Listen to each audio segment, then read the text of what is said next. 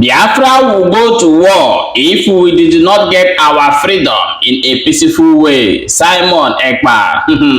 Hello my people, welcome back to Barabas G's. If today na the first time wey dey come across this wonderful channel, e get two things wey you go do for us. Make you hit the follow button. Now look in this profile and also check where to watch. It will take you direct to our YouTube. Subscribe to our YouTube for a quick update over there.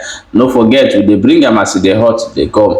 Okay, let's go back to the ogbonge news wey we get for hand today. No be small thing o. They say Simon Ekpa don provoke with a viral video wey dey for the whole social media now, saying go to war if they no give am Biafra. No be small thing. The PM Biafra government in exile wey be Simon Ekpa, e don provoke o. He say im go to war if they no give am Biafra in peaceful way. He say the war wey they fight before, say this time around im dey prepare for the war, is ready to march. We will play you the video, make you watch, and we will come back and analyze the video more better, and also sing for our viewers contribution in the video as well. So may you watch the video right now so that we'll come back and analyze it. If this did not open your eye to switch side to where we are, what we are doing now is that we are going to get Biafra either by peaceful way or by war. I am saying it. I say we will get our freedom either peacefully or by war. Call Interpol, call anywhere. I am saying if we do not get our freedom by peaceful means, we are going to war. It is not a crime. Fighting for freedom is not a crime. That is why some of you are languishing in your ignorance. Biafra will go to war if we do not get it peaceful way. We are not the first people that will go to. We've done it before. The only thing now is that we are more prepared and we are going to win them. Like I said, guerrilla warfare. Thank you very much. Okay, my people, welcome back. As I watched that video where Simon Ekpa dey lament, say he don provoke, say this time around this Biafra issue no be joke, say the dey ready to march, say this time around Biafra go win the war. He say if they no give am Biafra in peaceful way, that means say make they expect war. Now wetin go follow? There's no other option. No be small thing. As you don hear am now, wey the Prime Minister of Biafra government in exile don dey talk am. Wetin you think for this video? What is Simon Ekpa talk na be the best option for the Biafras to take the step, abi e get another way wey we go still do am wey go better? I want make you leave your own opinion for this video. Let's talk about it in the comment section. Everybody dey say your mind concerning the statement where the PM or Biafra government in exile made in this particular video clip that we just watch right now. Okay, my people, I see the hot, now so they bring and they come. Let's go and look into the next news where we get for our hand today. Remember, say this channel they bring them as the hot, they bring and they come. No be small thing. Now so we waka enter Enugu now. No be small thing. They say the new commissioner of police, where the new post come for Enugu wey name be Kanayo. No be small thing o. They say the man don provoke, come tell the traders, say he don give them confidence. Say make the patrol team dey everywhere for Enugu, and he say make they open their shops, they do their business. Na be the new police wey dey post come for Enugu, na they talk this thing.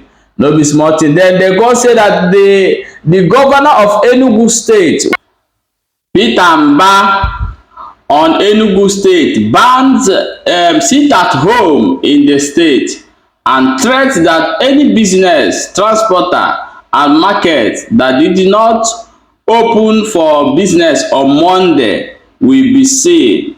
No be small thing. They say despite all the whole threat wey Peter Mbah make, e come lead to killing of 2 people for Enugu, and the people continue to dey for home in order way to demand for unconditional release of the leader of the indigenous people of Biafra, Mazi Nnamdi Kanu. He said that everything wey they don do na in vain for that place, but now this new police wey they bring don come outside say im go give people confidence make dem come outside. So my people, wetin you think for the matter wey dey happen? You think say the police go fit control this particular one? That the same Enugu we dey o, they say no be small thing again dey happen for Enugu o. They say government kill tipper driver and kidnap 5 women along Enugu highway. Wetin dey happen for Enugu since where this new governor enter? A lot of things are now happening in Enugu state. No be small thing o. Na so as e dey happen, na how dey bring am dey come. Oya, move comot enter international go look wetin dey happen for other part of the world as well. No be small thing. Stay tuned. They say Nigerian man sen ten ced to life imprisonment by UK court for murdering his wife in the kitchen while his son slept. No be small thing. This one na bad market. They say this man now wife don be very happy because say him husband come kill am for kitchen where him pikin dey sleep. This thing has become common in outside country for our Nigeria men and women as well.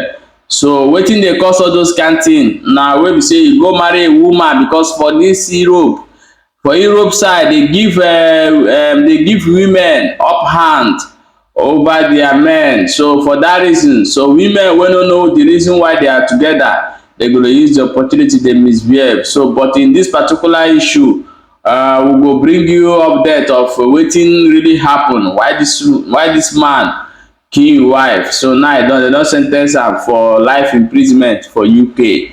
Na so we see am o, and na so we dey bring am dey come.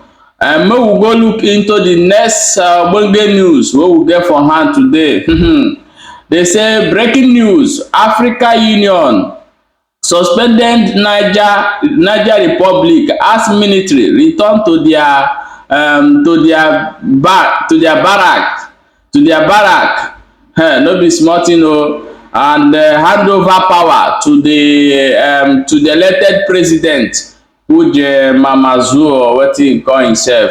So na so we see am as e dey hot. Na so we dey bring am dey come. The same the African Union wey led by Tinubu, na dey led the African Union o. They say they don tell the military coup say make they go back to their barracks. Anything wey they dey do, any of the activities, they no accept am. For that reason, make they go back to their barrack and give power over to the elected president. So this is this message sent by ECOWAS is clearly saying that they are going to invade Niger, because this is what they are saying here. So because they say the military coup don come outside come talk say they will stay for 3 years, 3 years. After 3 years, they will now hand over power to civilian again, but make them systemize their country so that all those France wey they come thief their mineral resources, everything wey they get, like as they thief Nigeria, wey dey for delta people dey hungry. They wey dey thief for east, they thief for everywhere for part of Nigeria. And the hunger wey dey for Nigeria in many wey be say Nigeria get everything to live like a rich and wealthy families. So these people now don wake up say no, una no go thief our thing again. Go Nigeria wey dey lead wey be say na Tinubu dey lead, wan come be obstacle give them. No be small thing. Okay my people, na so we see am today, and na so we bring am dey come. Make you no forget to follow this channel for more updates. If you like wetin we dey do, no forget to subscribe to our YouTube channel as well. Stay tuned as we go dey bring you more updates dey come for this channel.